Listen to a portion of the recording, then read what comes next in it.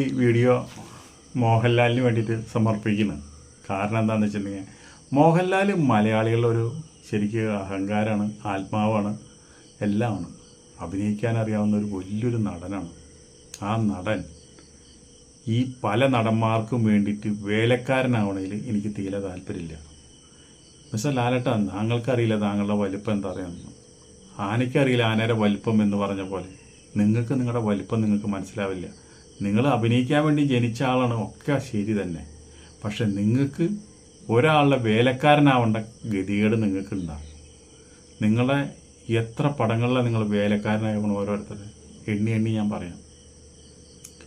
ബബ്ബ എന്ന പടത്തിൽ നിങ്ങൾക്ക് ദിലീപിൻ്റെ കൂടെ വരേണ്ട വല്ല കാര്യമുണ്ടോ? ദിലീപിൻ്റെ വേലക്കാരനായിട്ടല്ലേ നിങ്ങൾ വന്നത്? വല്ല ആവശ്യമുണ്ടോ നിങ്ങൾക്കതിൽ? പിന്നെ നിങ്ങൾ തമിഴിൽ പോയിട്ട് ആ സൂര്യരെ കൂടെ അഭിനയിച്ചു. നിങ്ങൾ എന്തെങ്കിലും ആവശ്യമുണ്ടോ നിങ്ങൾക്ക്? അത്രയും കിടന്ന് സ്ട്രെയിൻ ചെയ്യുന്ന നേരത്തെ നിങ്ങൾക്ക് ഒരു നല്ലൊരു മലയാള പടം ചെയ്യാറുണ്ടല്ലോ. എന്തിനാണ് സൂര്യരെ വേലക്കാരനായിട്ട് നിങ്ങൾ പോയി അഭിനയിച്ചത്? പിന്നെ നിങ്ങൾ ജില്ലയിൽ നിങ്ങളുടെ വിജയുടെ അച്ഛനായിട്ട് അഭിനയിച്ചു. ഞങ്ങളതൊന്നും ആഗ്രഹിക്കുന്നില്ല. വിജയുടെ പടത്തിൽ താങ്കളെ ഒരു പ്രസൻസ് ആഗ്രഹിക്കുന്നില്ല. അവിടെ ഏതെങ്കിലും കൂതറ നടന്മാർ ചെയ്യേണ്ട റോളുള്ളത്. അതിൽ മോഹൻലാൽ ചെല്ലേണ്ട കാര്യമില്ല. നിങ്ങളൊരു പാൻ ഇന്ത്യൻ നടനാണ് മിസ്റ്റർ മോഹൻലാൽ. നിങ്ങൾക്ക് ഒരാളുടെ വേലക്കാരനായി അഭിനയിക്കേണ്ട കാര്യമില്ല. അത് കഴിഞ്ഞ് പിന്നെ നിങ്ങൾ തെലുങ്കിൽ പോയി MTRൻ്റെ മകൻ്റെ കൂടെ നിങ്ങൾ അഭിനയിച്ചു. വല്ല കാര്യമുണ്ടോ? ഇനി അതൊക്കെ ക്ഷമിക്കാം. നിങ്ങൾ ജയിലറിൽ രജനികാന്ത് എന്ന് പറഞ്ഞു കഴിഞ്ഞാൽ അദ്ദേഹം ഒരു നടനല്ല, അദ്ദേഹം ഒരു ആക്ഷൻ ഹീറോ ആണ്. അദ്ദേഹത്തിൻ്റെ സ്റ്റൈലുകൊണ്ടും അദ്ദേഹത്തിൻ്റെ സംഭാഷണ ശൈലി കൊണ്ടും മാത്രം പിടിച്ചു നിൽക്കുന്ന ഒരു നടനാണ്. ഇന്ന് വരെ രജനികാന്ത് ഒരു നടനായിട്ട് ഞാൻ അംഗീകരിച്ചില്ലേ. അദ്ദേഹത്തിൻ്റെ ജയിലറിൽ നിങ്ങൾ എന്തിനാണ് മിസ്റ്റർ മോഹൻലാൽ നിങ്ങളൊരു വേലക്കാരനായിട്ട് പോയി അഭിനയിച്ചത്? അതൊക്കെ പോട്ടെ, ക്ഷമിക്കാം. വീണ്ടും ജയിലർ 2 വരുന്നു. അതിൽ നിങ്ങൾ വീണ്ടും മൂപ്പരെ വേലക്കാരനായിട്ട് പോയി എന്ന് പറഞ്ഞു. വല്ല കാര്യമുണ്ടോ? രജനീകാന്തിൻ്റെ പടത്തിൽ നിങ്ങൾ എന്ത് കാണിച്ചാലും അത് നിങ്ങളെ ആരും ശ്രദ്ധിക്കില്ല. പിന്നെ വെറുതെ പറയാമല്ലോ മോഹൻലാൽ നന്നായി, ചെറിയ റോളായാലും നന്നായി എന്നുള്ളത്. ഇപ്പോൾ ജയിലറിലെ 1 വന്ന അതേ ഷർട്ടും അതേ വേഷത്തിൽ നിങ്ങൾ അതേപോലെ വേലക്കാരനായി വന്നതിൽ ഒരുപാട് വിഷമം മലയാളികൾക്ക് ഉണ്ട്. അതിൻ്റെ ആവശ്യം തമിഴിലോ തെലുങ്കിലോ കന്നഡത്തിൽ പോയിട്ട് ലാലേട്ടൻ ഇല്ല. ലാലേട്ടനെ ഞങ്ങൾ അത്രയധികം വലിയൊരു ആരാധക വൃന്ദം കേരളത്തിലുണ്ട്. ലാലേട്ടൻ്റെ ഒരു വികാരമായിട്ടിരിക്കുന്ന ജനങ്ങൾ കുറേയുണ്ട്. അവരെ കളിയാക്കരുത് ലാലേട്ടൻ. അതുപോലെ തന്നെ മലയാളത്തിലും ലാലേട്ടൻ ഇതുപോലെ തന്നെ ദിലീപിന് ചെയ്ത പോലെയുള്ള ഒരു ഫേവറാണ് കായംകുളം കൊച്ചിനിൽ നവീൻ പോളിക്ക് ചെയ്തത്. അങ്ങനെ ഒരു കഥാപാത്രമായിട്ട് വരേണ്ട കാര്യം ലാലേട്ടനില്ല. ആ നേരം കൊണ്ട് വല്ല മലയാള സിനിമ വേറെ ഏതെങ്കിലും എടുക്കാലോ. ഒന്നും വേണ്ട, നിങ്ങൾ വല്ല പരസ്യത്തിൽ പോയി അഭിനയിക്കുക, അതിലും നല്ലത്. അതും കൂടി ചെയ്യാണ്ട് ഈ വേലക്കാരൻ റോളുകൾ നിർത്തുക. അപ്പം അതൊക്കെ പറഞ്ഞു വന്നതിൻ്റെ കാരണം ഞാൻ ഇപ്പോൾ ഒരു മമ്മൂട്ടി മോഹൻലാൽ പടം വരുന്നുണ്ട്. വലിയ ആഘോഷമായിട്ടാണ് അതിൻ്റെയൊക്കെ ടീസറൊക്കെ ഇറക്കിയത്. ഇതിനു മുമ്പ് വിജയുടെ ഒരു പടത്തിന് ടീസർ ഇറക്കാൻ വേണ്ടി ഒരു തിയേറ്റർ ബുക്ക് ചെയ്തു. അവിടെ ലാസ്റ്റ് അടിയും ബഹളമായിട്ട് തിയേറ്റർ തരിപ്പണാക്കി. ഒരു തിയേറ്ററിൽ ഒരു കസാര പോലും ബാലൻസ് ഉണ്ടാകില്ല.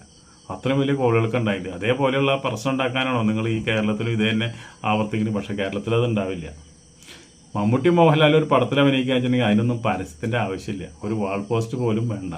ഞങ്ങൾ തിയേറ്ററിലെത്തും, നല്ല പടം വെച്ചിട്ടുണ്ടെങ്കിൽ. ഇല്ലെങ്കിൽ പുറംകാലിക്ക് തട്ടി ഒടിക്കുകയും ചെയ്യും. പിറ്റേ ദിവസം തൊട്ട് തിയേറ്ററിൽ ഒരു മനുഷ്യനും ഉണ്ടാവില്ല. പാട്രിയറ്റ് അതിൻ്റെ പടത്തിൽ അതിൻ്റെ ട്രെയിലർ ഇത്രയധികം ആൾക്കാർ ആകാംക്ഷയോടെ രാഗത്തിലും കവിത തിയേറ്ററിലൊക്കെ ഇരുന്ന നമ്മുടെ ആരാധക വൃന്ദത്തിൻ്റെ മുമ്പിലേക്ക് നമ്മുടെ നയൻതാരയുടെ മുഖമാണ് ആദ്യം കാണിക്കുന്നത്. നിങ്ങൾക്ക് നല്ലൊരു നടീനെ കിട്ടിയില്ലേ? കണ്ട് കണ്ട് കണ്ട് കണ്ട് പെറുത്തു. അങ്ങനത്തെ ഒരു നടീനെ നിങ്ങൾ ഈ പടത്തിൽ വെച്ച് നോക്കുന്നത്. എന്നിട്ട് അത് ട്രെയിലറിൽ ആ മുഖം കാണിക്കുന്ന ആദ്യം അത് കഴിഞ്ഞ് മമ്മൂട്ടിയുടെ 3-4 ഗെറ്റപ്പുള്ള കുറേ സീൻസുകൾ കാണിച്ചു കഴിഞ്ഞു. അപ്പോഴും ലാലേട്ടനെ കാണിച്ചില്ല. അത് കഴിഞ്ഞിട്ടാണ് ലാലേട്ടൻ വരുന്നത്. അപ്പം മനസ്സിലായി ഈ പടത്തിലും മമ്മൂട്ടിയുടെ വേലക്കാരനായിട്ടാണ് ലാലേട്ടൻ വരുന്നതെന്ന്. അതിൽ മമ്മൂട്ടി പറയുന്ന ഡയലോഗിന് ലാലേട്ടൻ പറയുന്നുണ്ട്, നമ്മുടെ ആത്മബന്ധങ്ങൾക്കിടയിൽ എന്നെ ഒരു സഹായത്തിന് വിളിച്ചതിൽ എനിക്ക് സന്തോഷമുണ്ടെന്ന്. ഞങ്ങൾക്ക് സന്തോഷമില്ല. അതാണ് സത്യം. മമ്മൂട്ടിയുടെ വേലക്കാരനായി അഭിനയിക്കേണ്ട ഒരു സാഹചര്യം ഇന്നിപ്പോൾ മലയാളത്തിലില്ല. നിങ്ങൾ 2 പേരും കൂടി ഒരു സ്ക്രീനിൽ കാണാമെന്നുള്ള ആഗ്രഹം ഞങ്ങൾക്കില്ല. നിങ്ങൾ 2 പേർക്കും കൂടി ഒരു കഥ ഉണ്ടാക്കാനായിട്ട് ഇവിടെ ആർക്കും പറ്റൂല. പണ്ട് ഫാസിൽ ഉണ്ടാക്കിയിട്ടുണ്ട്, അത് ഞങ്ങൾ എൻജോയ് ചെയ്തു. നിങ്ങൾ പണ്ട് കുറേ 19 പടത്തിൽ നിങ്ങൾ ഒരുമിച്ച് അഭിനയിച്ചിട്ടുണ്ട്, അത് ഞങ്ങൾ സഹിച്ചു. പക്ഷെ ഇപ്പോൾ മമ്മൂട്ടിയുടെ വേലക്കാരനായിട്ട് വരേണ്ട കാര്യം ലാലേട്ടനില്ല. അപ്പം നമ്മളൊന്നേ ചോദിക്കാനുള്ളൂ, ഈ പടത്തിൻ്റെ ട്രെയിലർ കണ്ടിട്ട് നല്ല ഭൂകമ്പം നമുക്ക് തോന്നില്ല. എമ്പുരാൻ പോലത്തെ ഒരു സംഭവം, അതിൻ്റെ ട്രെയിലർ പോലത്തെ ഒരു സംഭവം രണ്ടും അങ്ങോട്ട് തെറ്റിപ്പോകും ഫോട്ടോസ്റ്റാറ്റാന്ന് വിചാരിച്ചിട്ട്. ഇതിലിപ്പോൾ ഫഹദ് ഫാസിലാന്നുകൊണ്ട് വില്ലനായി തോന്നുന്നത്. അതുപോലെ തന്നെ കുറേ വെടിവെപ്പും കുറേ കത്തിക്കലും കുറേ കാറ് പോണതും കുറേ രാജ്യങ്ങൾ കാണിക്കണ അങ്കക്കെട്ടുണ്ട്. ഈ രാജ്യങ്ങൾ കാണാനായിട്ട് ഞങ്ങൾക്ക് ഒരു ആവശ്യമില്ല. ഞങ്ങൾക്ക് സഫാരി ചാനലുണ്ട്, അവിടെ ഞങ്ങൾ കണ്ടോളാം. നിങ്ങൾ കുറേ രാജ്യങ്ങൾ കാണിച്ചുകൊണ്ടോ കുറേ ആൾക്കാരെ നടന്മാരെ കാണിച്ചുകൊണ്ടൊന്നും പടം വിജയിക്കില്ല. കഥ നന്നാവണം, കണ്ടന്റ് ഉണ്ടായിരിക്കണം, അപ്പോൾ ആൾക്കാർ ഒഴുകിയെത്തും. അപ്പോൾ എനിക്കൊന്നേ ചോദിക്കാനുള്ളൂ അവസാനമായിട്ട്, ലാലേട്ടന് നാണല്ലേ ഇത്രയും ആൾക്കാരെ വേലക്കാരനായിട്ട് അഭിനയിക്കാൻ? നിങ്ങളൊരു വേലക്കാരനാണോ?